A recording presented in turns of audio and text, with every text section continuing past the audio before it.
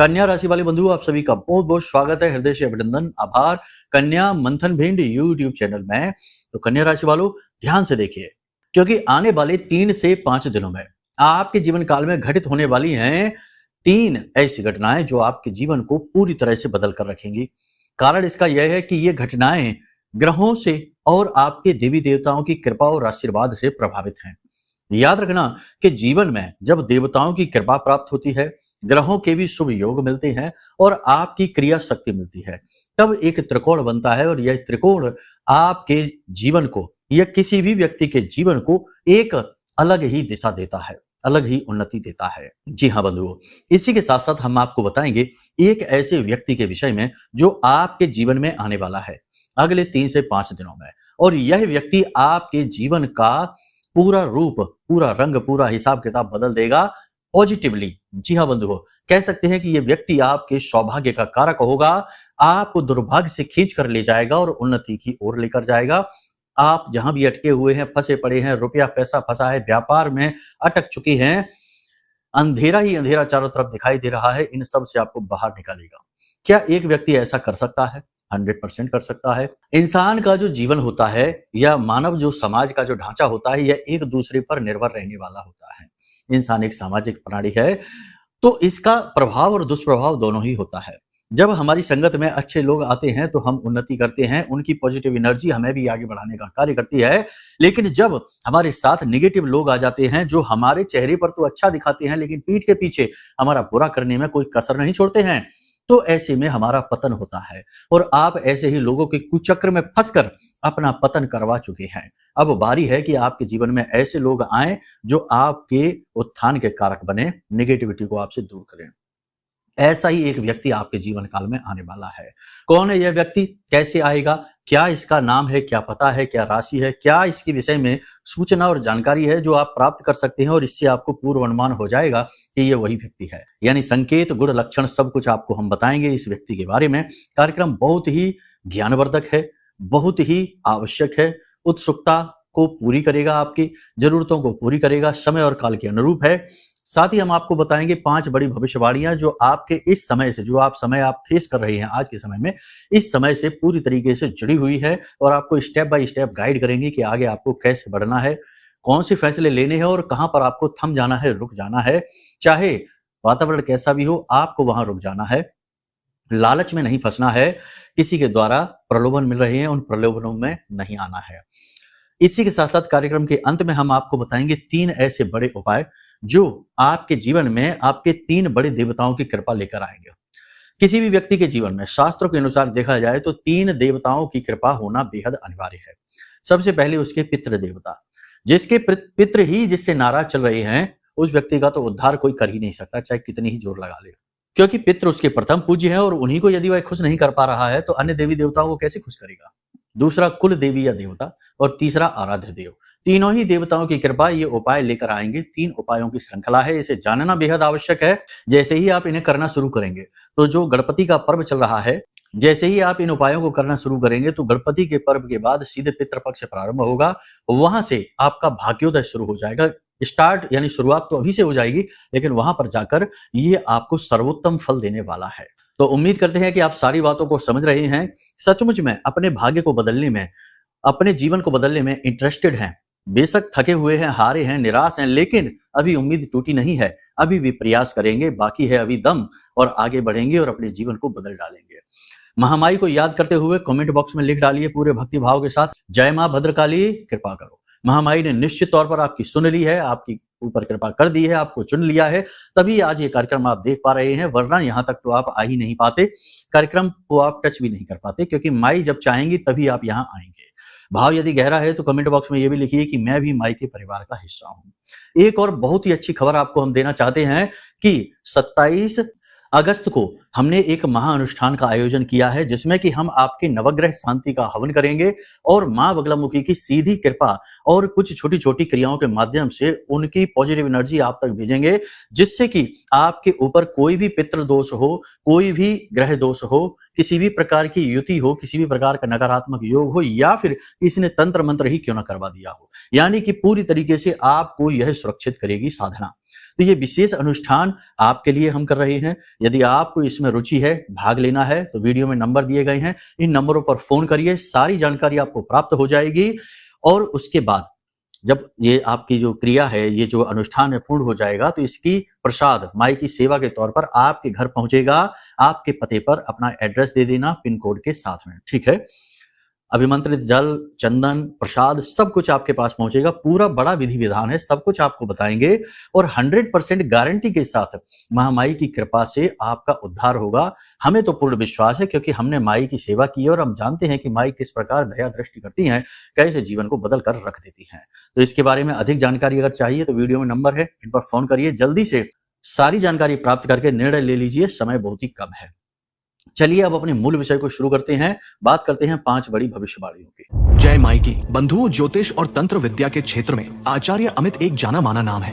पूज्य गुरुदेव के साधनाओं और ज्योतिष विद्या के अनुभव बेहद दिव्य है। जी हाँ, पूज्य गुरुदेव ने जिसकी भी कुंडली का विश्लेषण किया और कुंडली के अनुसार उसे सटीक उपाय व महामाई माँ बगलामुखी की विशेष कृपा दी, उसके जीवन में सकारात्मक बदलाव तो आ ही है। फिर चाहे समस्या कितनी ही कठिन क्यों ना हो, समाधान तो अवश्य हुआ है। अब ऐसे में यदि आप भी अपने जीवन की किसी बड़ी समस्या से जूझ रहे हैं, जैसे कि कर्जा बढ़ता ही जा रहा है, काम धंधा और व्यापार सब रुक चुका है, रिश्ते नातों में तनाव हद से ज्यादा बढ़ गया है, पूरा जीवन ही नकारात्मकताओं से भर गया है, तो ऐसे में यही सही समय है जब आप श्रेष्ठ गुरु से मार्गदर्शन प्राप्त करें और जीवन के अंधकार को समाप्त कर दिव्य प्रकाश की ओर कदम बढ़ाएं। वीडियो में दिए गए नंबरों पर तुरंत संपर्क करिए और अपनी कुंडली का विश्लेषण व समाधान पूज्य गुरुदेव के द्वारा करवा लीजिए। देर ना करें, आपके देवी देवताओं के आशीर्वाद से ये मौका खुद चलकर आपके पास आया है, इसे गंवाना नहीं है।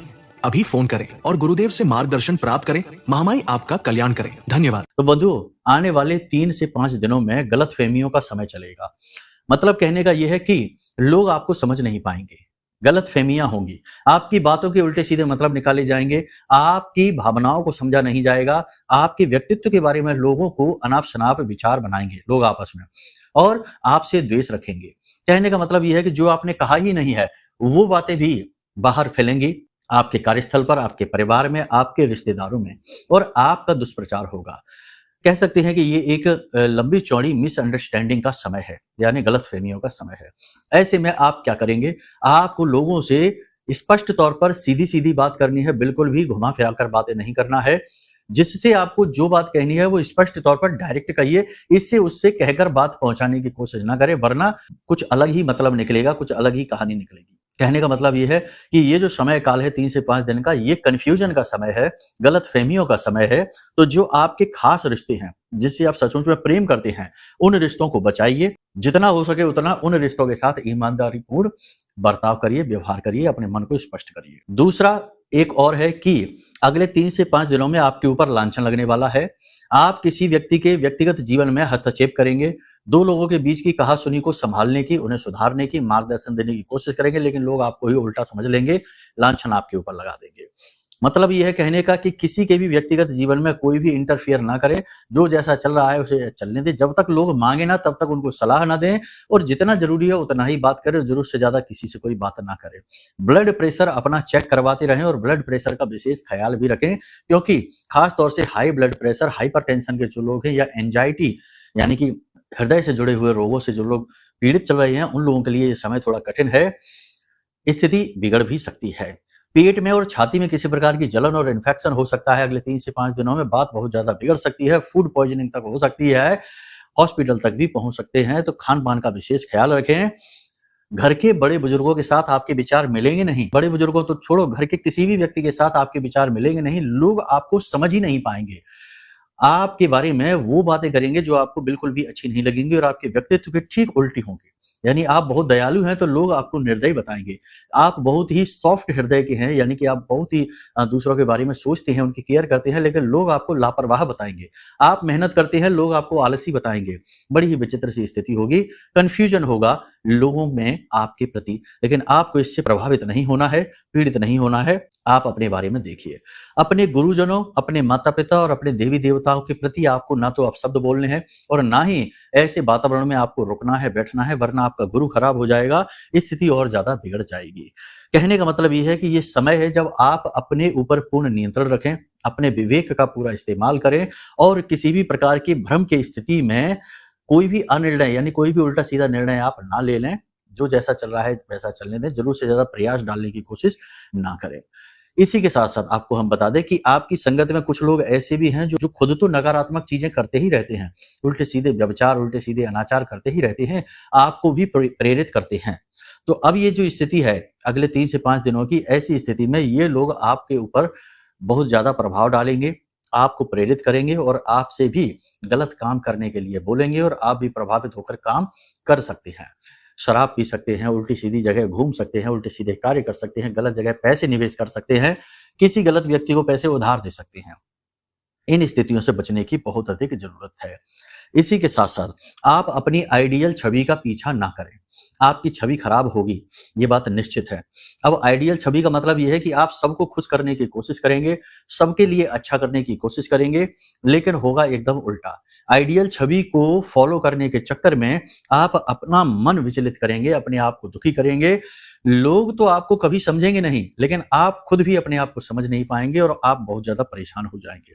तो जिसको जो समझना है उसे समझने दो, समय आने पर चीजें भी बदलती हैं, लोगों की सोच विचार भी बदलते हैं, लेकिन आपने कहीं अपना ही नुकसान कर लिया, अपने आप को ही डीमोटिवेट कर लिया, तो फिर बहुत ज्यादा नुकसान हो जाएगा। इसी के साथ साथ आपको बता दें कि कोई एक व्यक्ति है जो आपका शोषण करेगा, आपकी चीजों का दुरुपयोग करेगा, आप ना नहीं कह पाएंगे और इस ना कह पाने की आदत की वजह से आपका नुकसान हो जाएगा, आपकी चीजों का दुरुपयोग हो जाएगा।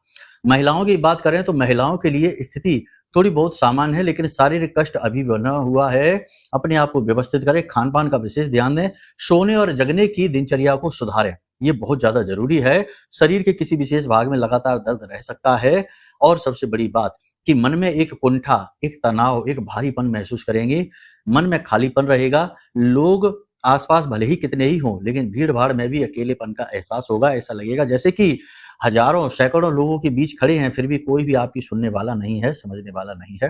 ये खालीपन, अकेलापन मन को और बोझिल करेगा, भारी बनाएगा। इसी के साथ साथ विद्यार्थियों की बात करें तो विद्यार्थियों का, आपकी राशि के विद्यार्थियों का मन पढ़ाई में अवश्य लगेगा, लेकिन पढ़ाई के अलावा भी इधर उधर की गतिविधियों में मन भटकेगा। बार बार पढ़ाई से मन भटकेगा, लेकिन बड़े बुजुर्गों के समझाने पर, डांट खाने पर चीजें नियंत्रित हो जाएंगी। फिर से अपने ऊपर, अपने काम के ऊपर फोकस करेंगे। आपके जो अधीनस्थ कर्मचारी हैं, जो आपके पड़ोसी हैं, जो आपके साथ काम करते हैं, इन लोगों के साथ अच्छा व्यवहार करें, अपनी वाणी को कटु ना करें, मन की बातें इनसे ना शेयर करें, जितना जरूरी हो उतनी बात करें, क्योंकि इन लोगों की वजह से आपको परेशानी आ सकती है। करेगा कोई, भरेगा कोई, ये स्थिति आपके लिए बन जाएगी। कुल मिलाकर देखा जाए तो 3 तरह की विशेष परिस्थितियां यहाँ पर बन रही हैं। पहली परिस्थिति तो ये है कि आपको अपने आप को ही संभालने में बहुत अधिक मेहनत करनी पड़ेगी, क्योंकि आप खुद ही कंफ्यूज हो जाएंगे, भ्रमित हो जाएंगे और अनाप-शनाप विचार आपके मन में घूमते रहेंगे, जो आपको जरूरत से ज्यादा व्यथित, परेशान, दुखी कर सकते हैं। दूसरी स्थिति ये है कि अगर आपने अपने आप को नहीं संभाल पाया तो आप किसी की बातों में आकर अपना बहुत नुकसान करवा बैठेंगे, कोई आपका दुरुपयोग कर लेगा। तीसरी स्थिति यह है कि किसी भी व्यक्ति को जरूरत से ज्यादा मदद करने की कोशिश ना करें और इसी के साथ साथ किसी का जरूरत से ज्यादा भला बनने की कोशिश ना करें। आप चाहे लाख कोशिश कर लेना, लेकिन जो व्यक्ति आपको अच्छा नहीं समझता या आपके लिए मन में द्वेष रखकर बैठा है, उसके द्वेष को आप मिटा नहीं सकते, चाहे आप कितना ही जोर लगा लेना।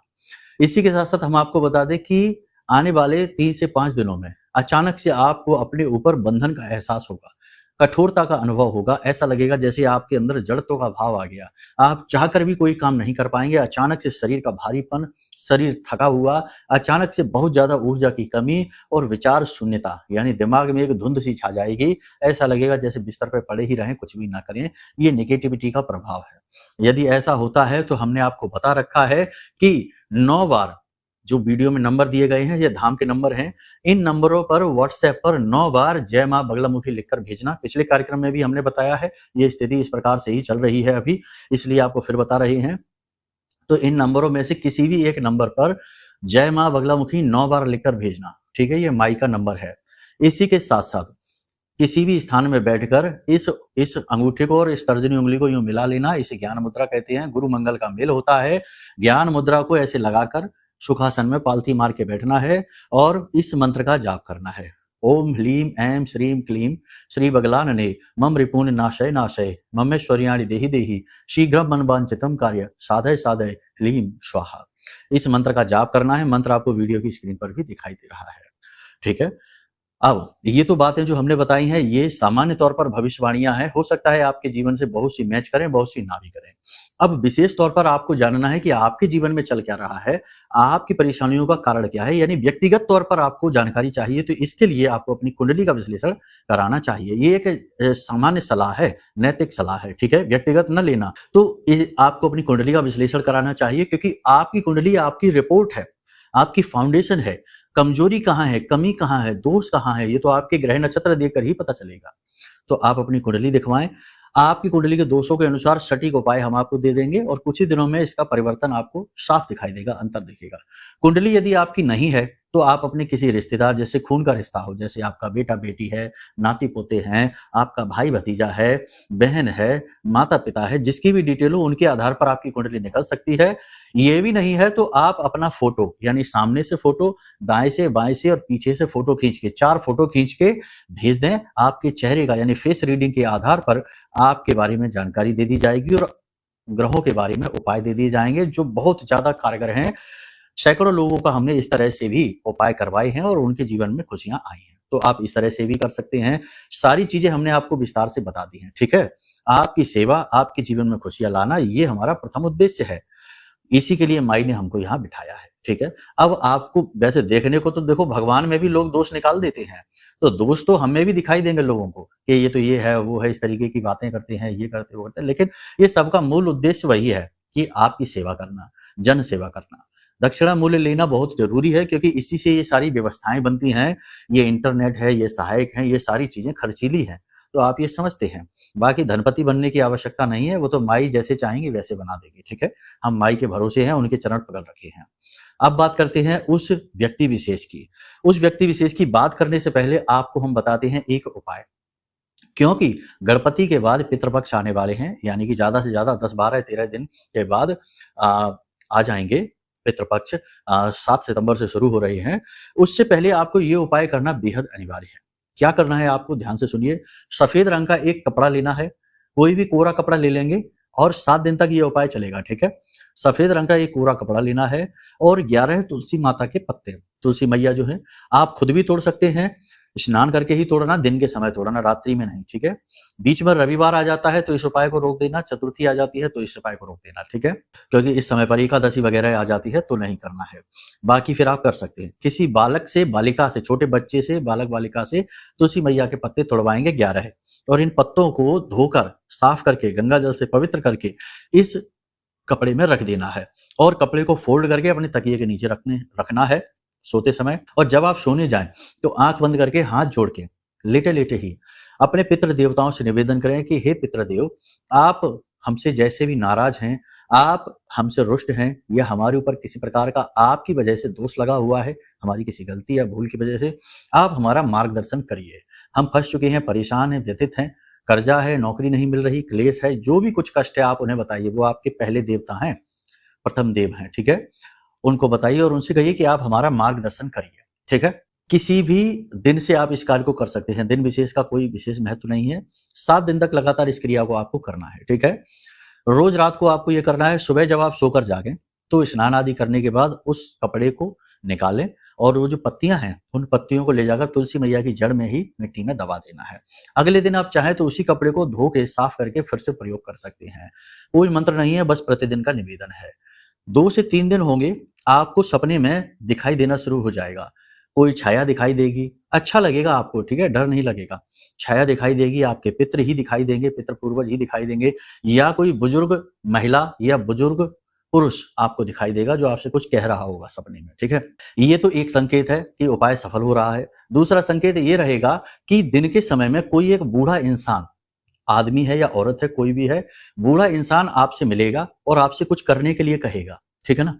कुछ करने के लिए कहेगा, छोटे से छोटा कार्य भी, छोटे से छोटा कार्य भी, चाहे वो ये कहे कि बेटा हमें सड़क क्रॉस करा दो, चाहे वो ये कहे कि बेटा हमें खुले पैसे दे दो, कुछ भी कहेगा जरूर। आप समझ जाना कि वो जो इंसान है, पुरुष है, स्त्री है, वो आपके पितृ देवताओं से प्रेरित है, संप्रेषित है और उन्हीं की ऊर्जा को लेकर चल रहा है। आपको उसकी मदद करनी है और आप देखेंगे कि जैसे ही आप ये कर लेंगे, तुरंत से आपके अंदर पॉजिटिविटी का चार्ज बढ़ेगा। तुरंत से आपके ऊपर ऐसा लगेगा जैसे एक बोझ सा था वो हट गया, जैसे ही आप ये करते हैं। ये दोनों घटनाएं आपके साथ घटित होंगी। इसी के साथ साथ गाय आपके दरवाजे पर आएगी, आपको गाय को रोटी खिलानी है, ठीक है। जब भी आए, जैसे भी आए। कौवे के दर्शन होंगे आपको, कुत्ते दिखाई देंगे, आपको कुत्ते को भोजन कराना है, कौवे के लिए एक रोटी छत पे रखनी है। कहने का मतलब ये है कि पितरों से जुड़ी हुई चीजें आपको दिखाई देनी शुरू हो जाएंगी। बरगद का पेड़ आपको दिखाई देगा, विशाल बरगद का पेड़ दिखाई देगा।